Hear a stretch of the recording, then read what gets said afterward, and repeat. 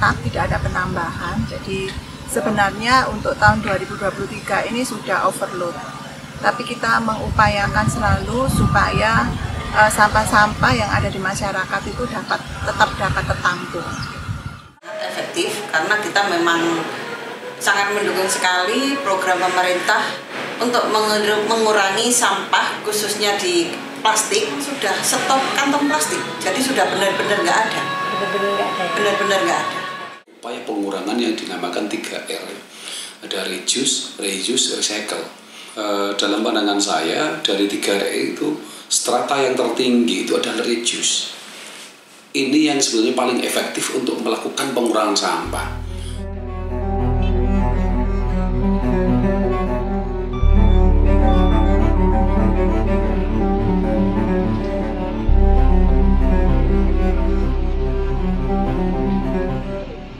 Sampah menjadi problem serius di perkotaan. Tanpa manajemen pengelolaan yang baik, sampah bakal menjadi ancaman bagi kesehatan dan karenanya mengancam kehidupan. Di Kota Probolinggo, problem sampah juga sudah mengisyaratkan sinyal merah.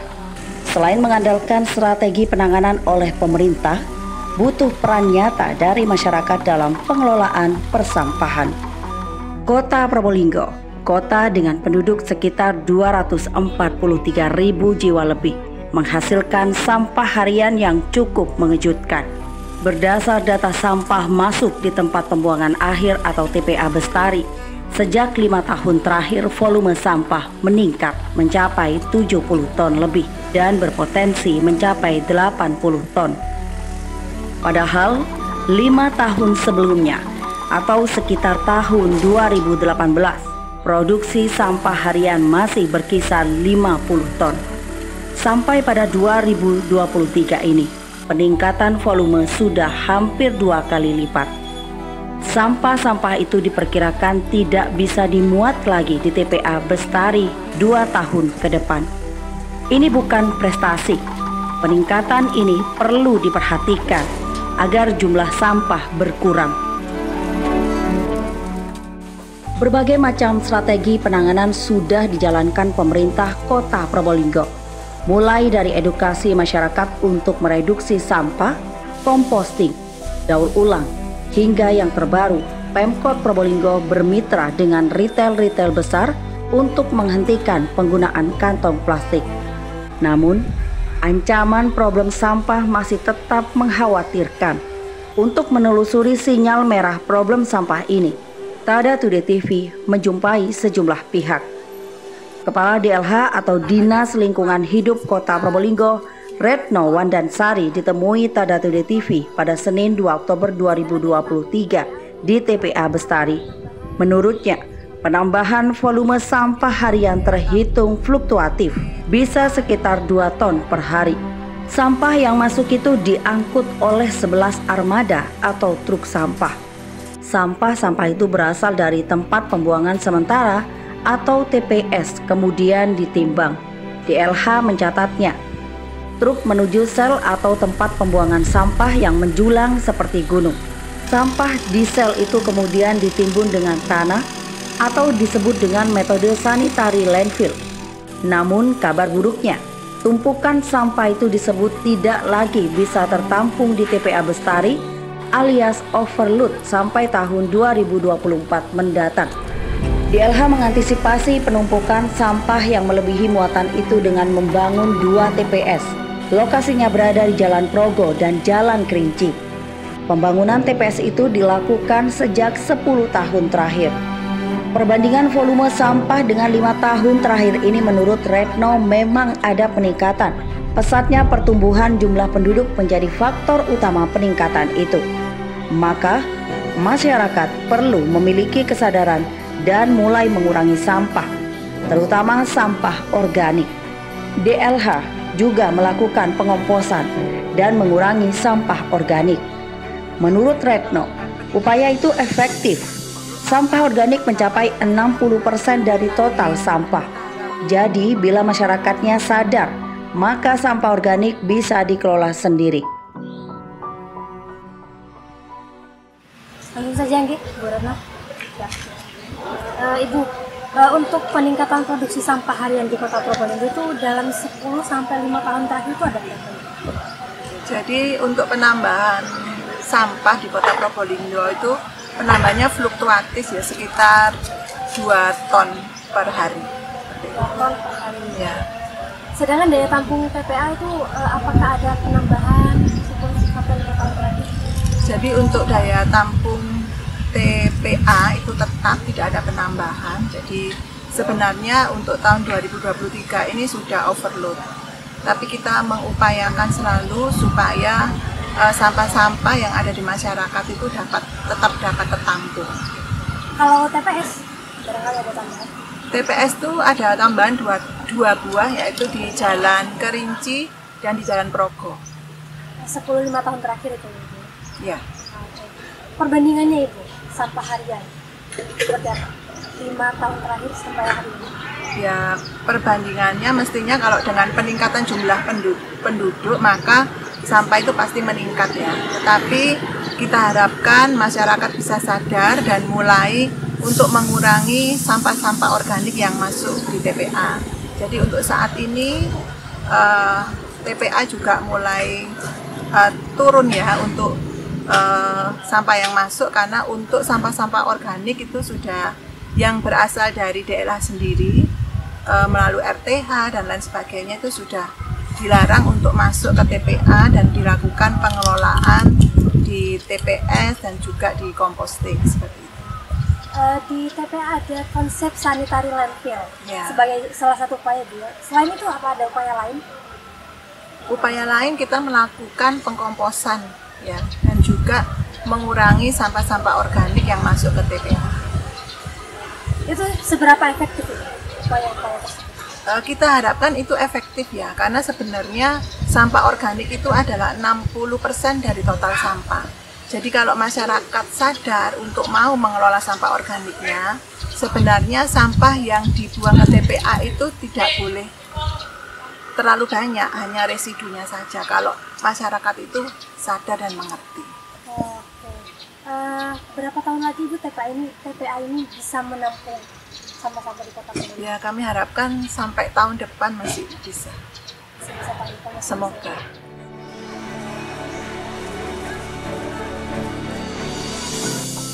Pemerintah Kota Probolinggo bermitra dengan sejumlah swalayan untuk menghentikan penggunaan kantong plastik. Di antaranya ialah Toserba KDS, GM, Indomaret, Alfamaret, Basmalah, dan Sinar Terang. Komitmen ini dijalankan sejak Agustus 2023 lalu. Efektivitas dampaknya dirasakan oleh berbagai pihak. Manajer KDS Probolinggo Sri Lestari mengatakan, peralihan dari kantong plastik ke kantong ramah lingkungan ini butuh waktu. Yang terpenting menurut Sri Lestari, setidaknya ditumpukan sampah tidak ada kantong milik retail. Kalau dibilang efektif ya sangat efektif, karena kita memang sangat mendukung sekali program pemerintah untuk mengurangi sampah khususnya di plastik yang beralih ke kantong ramah lingkungan. Berarti kalau dibanding sebelumnya yang tidak menggunakan kantong plastik itu seperti apa Ibu Ibu? Dampaknya barangkali bagi swalayan. Apakah ada yang mengeluh seperti itu? Kita untuk masa transisi kan dikasih tenggang waktu itu 2 bulan. Jadi kita selama 2 bulan itu sosialisasi ke konsumen, dan memang butuh waktu. Pada saat hari H kemarin dari kantong plastik beralih ke kantong ramah lingkungan itu kan mulai tanggal 23 Agustus. Dan alhamdulillah sampai sekarang kendala sangat kecil. Ya, jadi bisa dibilang masyarakat sudah sangat paham. Tapi kira-kira berapa persen sih Ibu menurut Ibu dengan kebijakan ini mengurangi sampah?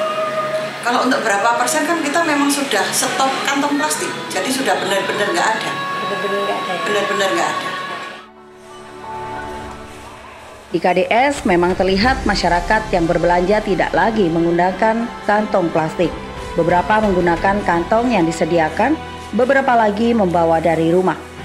Bagi masyarakat, kebijakan ini perlu diacungi jempol.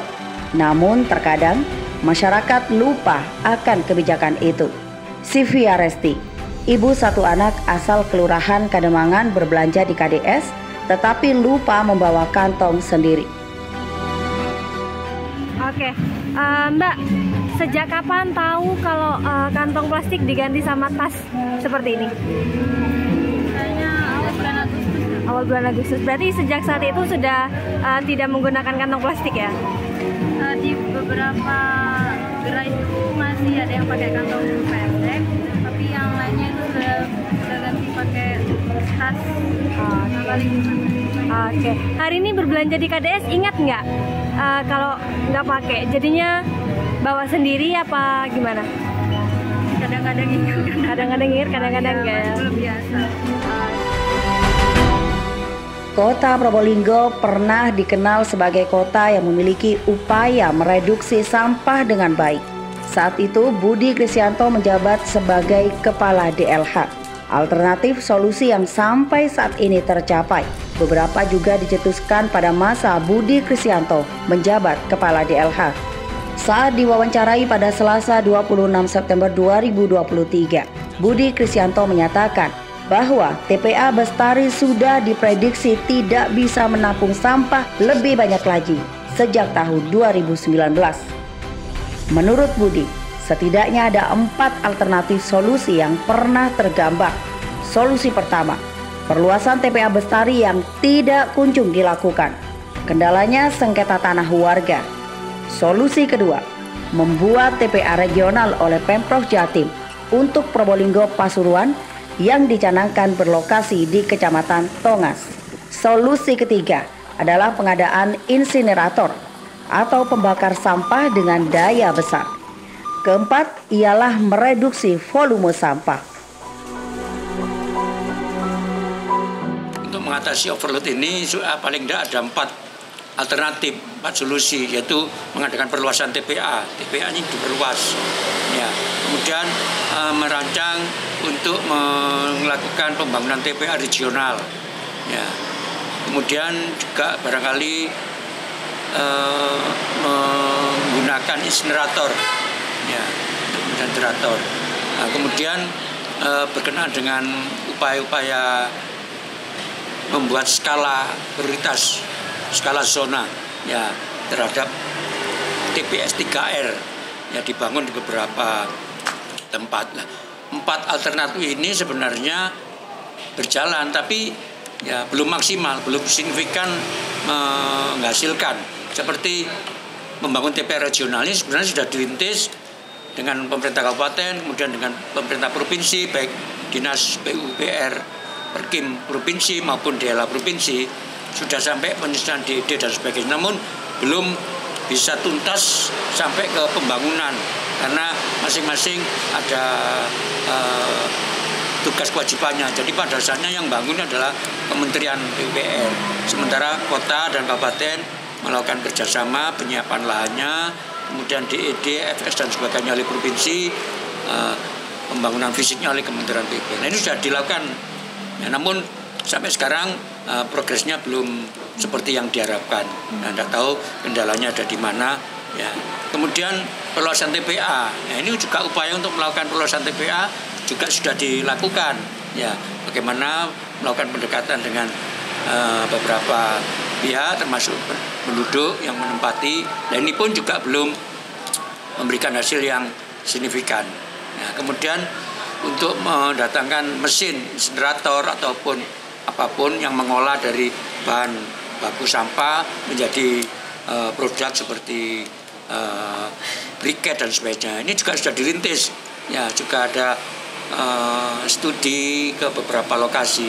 Ya, namun juga belum bisa menghasilkan hasil seperti apa. Jadi keempat langkah ini sebenarnya sudah dilakukan, namun perkembangannya sampai sekarang belum berjalan, belum menghasilkan seperti yang diharapkan. Sementara sampah terus bertambah, volume sampah terus bertambah. Ini perlu ada akselerasi, perlu ada ya semacam shortcut itu, upaya khusus supaya ada penanganan yang lebih segera kelihatan hasilnya, solusi yang kelihatan. Di Kota Probolinggo masih ada masyarakat yang istiqomah mereduksi sampah dengan menyulapnya menjadi produk ekonomis. Ada Kardi, yang memproduksi pelet ikan dan ayam dari sampah organik. Ia memproduksi dengan mengais sampah sayur mayur di TPA Bestari. Setiap produksi ia membutuhkan sampai hingga 2,5 kuintal. Ada 60% sampah yang masuk di TPA Bestari memang sampah organik. Sampah organik sangat berpotensi untuk menghasilkan produk yang ekonomis. Sampah plastik pun memiliki potensi yang sama. Budi Kris mengatakan, dulu bahkan terdapat bank sampah untuk daur ulang sampah plastik. Namun, lagi-lagi perkembangannya melemah. Pemkot Probolinggo juga mulai mendaur ulang sampah plastik menjadi briket atau batako. Produksinya berada di pusat daur ulang di Jalan Gubernur Suryo. Plastik-plastik dipisahkan dengan sampah yang bukan plastik. Kemudian proses demi proses dilakukan. Siasat-siasat bisa dilakukan untuk kembali memulihkan gaung kampanye daur ulang dengan bank sampah. Bisa melalui kolaborasi dengan badan usaha milik daerah atau milik negara. Sangat mungkin menurut Budi Kris untuk menghidupkan lagi bank sampah. Apabila penerapan pengurangan sampah dilakukan dengan efektif, maka sampah non-organik dapat berkurang setidaknya hingga 10%. Sampah organik berkurang seutuhnya, hanya tersisa residu. Tentunya, upaya ini tidak lepas dari sarana prasarana, regulasi, dan kebiasaan. Ketiganya menurut Budi harus dijalankan secara simultan atau dalam waktu yang bersamaan. Jadi kalau kondisi pengelolaan sampah di Kota Probolinggo ini, kalau mau dikerucutkan memang ada 3 pilar. Ya, menyangkut kesadaran masyarakat, menyangkut sarana prasarananya, menyangkut penegakan hukumnya berkenaan dengan regulasi. Nah, 3 ini tidak bisa dilakukan satu persatu, ini harus dijalankan secara simultan. Jadi mendorong, meningkatkan kesadaran masyarakat perlu disertai dengan penyediaan sarana prasarana. Ya, jadi kewajiban pemerintah kota menyediakan sarana prasarana, baik TPS maupun bak sampah gantung, apapun ini menjadi kewajiban pemerintah untuk menyediakan sarana prasarana. Sementara menjadi kewajiban masyarakat pula untuk meningkatkan kesadarannya, meningkatkan kepeduliannya, untuk tidak menempatkan sampah sembarangan, untuk menyediakan bak sampah di depan rumahnya, untuk tidak membakar sampah, untuk tidak membuang sampah di selokan. Dan ini kesadaran yang harus dibangun. Nah, kemudian perlu diikuti oleh penegakan aturan. Ya, karena sudah ada perdanya, Perda nomor 5 tahun 2010 tentang pengelolaan sampah. Kemudian ada perwalinya. Yang pertama perwali nomor 3 tahun 2015, kemudian perwali 156 tahun 2018. Nah, ini regulasi ini perlu untuk disegarkan, kemudian ditegakkan aturannya. Tentu juga melakukan perlu melakukan upaya persuasif, humanis. Ya. Namun demikian tetap bahwa aturan ini ada dan perlu ditegakkan. Jadi 3 pilar ini, peningkatan kesadaran masyarakat, kepedulian masyarakat, penyediaan sarana prasarana, dan juga penegakan aturan perlu dijalankan secara bersama-sama, secara proporsional. Harapannya ya benar-benar Kota Probolinggo akan bebas sampah tahun 2025. Bebas sampah artinya sampah dari sumbernya itu sudah tertangani. Tidak liar, tidak ada pembakaran sampah, tidak ada sampah lagi di selokan, di got, di drainase, di saluran terbuka. Yang daur ulang bisa didaur ulang, yang bisa dijadikan kompos bisa dikompos, yang bisa jadi energi baru terbarukan juga bisa dilakukan, yang dikelola bisa menjadi paving, menjadi briket, dan juga bisa dilakukan. Sehingga semuanya akan menjadikan kondisi Kota Probolinggo semakin lingkungan berkualitas. Ya, kesejahteraan masyarakat juga semakin segera terwujud ya melalui pengelolaan sampah. Di Kota Probolinggo ada organisasi-organisasi masyarakat yang menjadi mitra pemerintah dalam menangani persoalan sampah. Salah satunya adalah PAPESA atau Paguyuban Peduli Sampah. Ketuanya Syaifuddin ditemui Tadat WTV pada Rabu 26 September 2023. PAPESA dikenal dengan paguyuban yang gencar mengkampanyekan reduksi sampah pada zamannya. Namun, belakangan ini kampanye reduksi sampah cenderung meredup. Menurut Syaifuddin, lemahnya kampanye reduksi sampah dikarenakan memudarnya pula kebiasaan Penanganan sampah harus diawali dengan pembangunan budaya yang didukung penegakan regulasi. Dari kebiasaan dan penegakan regulasi akan timbul aktivitas reduksi seperti daur ulang. Daur ulang sampah harus menjadi tanggung jawab tingkat rumah tangga agar sampai bisa berkurang. Dari prinsip 3R, yang paling efektif adalah reduce. Daur ulang sampah non-organik menurut Saifuddin tidak begitu besar dampaknya. Sebab selama ini pengolahan daur ulang oleh masyarakat hanya terbatas untuk fashion dan pernak-pernik untuk estetika rumah. Beda halnya jika daur ulang sampah organik yang consumable atau bahan habis pakai. Setiap hari dapat mereduksi sampah makanan seperti yang dilakukan Pak Kardi yang menghasilkan pelet dari sampah organik. Selain aktivitas mereduksi dan penegakan regulasi, menurut Saifuddin, sarana dan prasarana harus diberikan agar masyarakat bisa peduli soal sampah. Saya kira ini bisa dijalankan secara simultan ya, tidak harus saling menunggu. Contoh kondisi saat ini harus kita sadari bahwa ada beberapa sarpras yang itu menjadi kewajiban pemerintah yang katakan aja belum lengkap ya.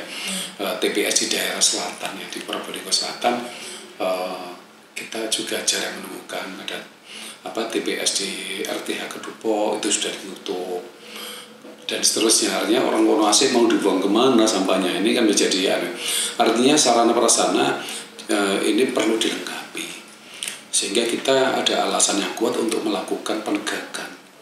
Karena sarana sudah disediakan. Kalau sarana belum ada, bagaimana kita bisa menegakkan? Tetapi ini tidak perlu menunggu seperti itu. Minimal di kawasan yang sudah lengkap sarprasnya, Payangan misalkan, di sini TPA dekat, TPS ada. Nah, di sini bisa dilakukan penegakan sebetulnya.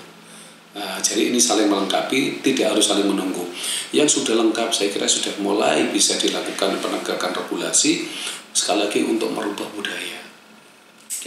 Tapi semuanya harus berjalan. Bisa berjalan simultan, tidak perlu saling menunggu. Dan dua-duanya penting. Pemenuhan sarpras penting, penegakan regulasi penting juga. Kebiasaan. Untuk merubah budaya itu dalam pandangan saya tidak cukup sosialisasi edukasi. Ini sebagai referensi contoh pada saat awal-awal COVID ya. Kalau saya ngomong edukasi, sosialisasi mengenai anjuran untuk memakai masker, betapa masifnya. Mulai media mainstream, televisi dan seterusnya, baliho besar-besar, leaflet banyak dibagikan. Tetapi waktu itu kan orang masih jarang, bukan nggak mampu beli masker, tapi karena ini budaya baru orang masih risih. Tapi begitu dilakukan operasi ya, bagi yang tidak pakai masker dilakukan tes, orang kemudian orang-orang kemudian menjadi patuh, kemudian terbiasa. Saya kira untuk budaya pengelolaan sampah pun bisa dilakukan hal seperti ini. Dan saya yakin orang Probolinggo, katakan orang Indonesia yang mungkin anggap aja agak ndablek untuk membuang sampah secara tertib. Begitu dia hidup di Singapura, dia menjadi orang yang disiplin.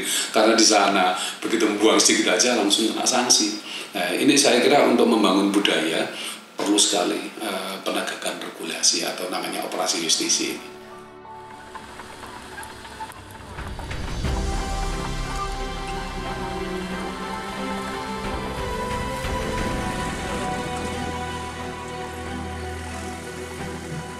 Laporan jurnalis Alfi Wardah, kameramen Misbah Novianto, Tada Today TV, Probolinggo.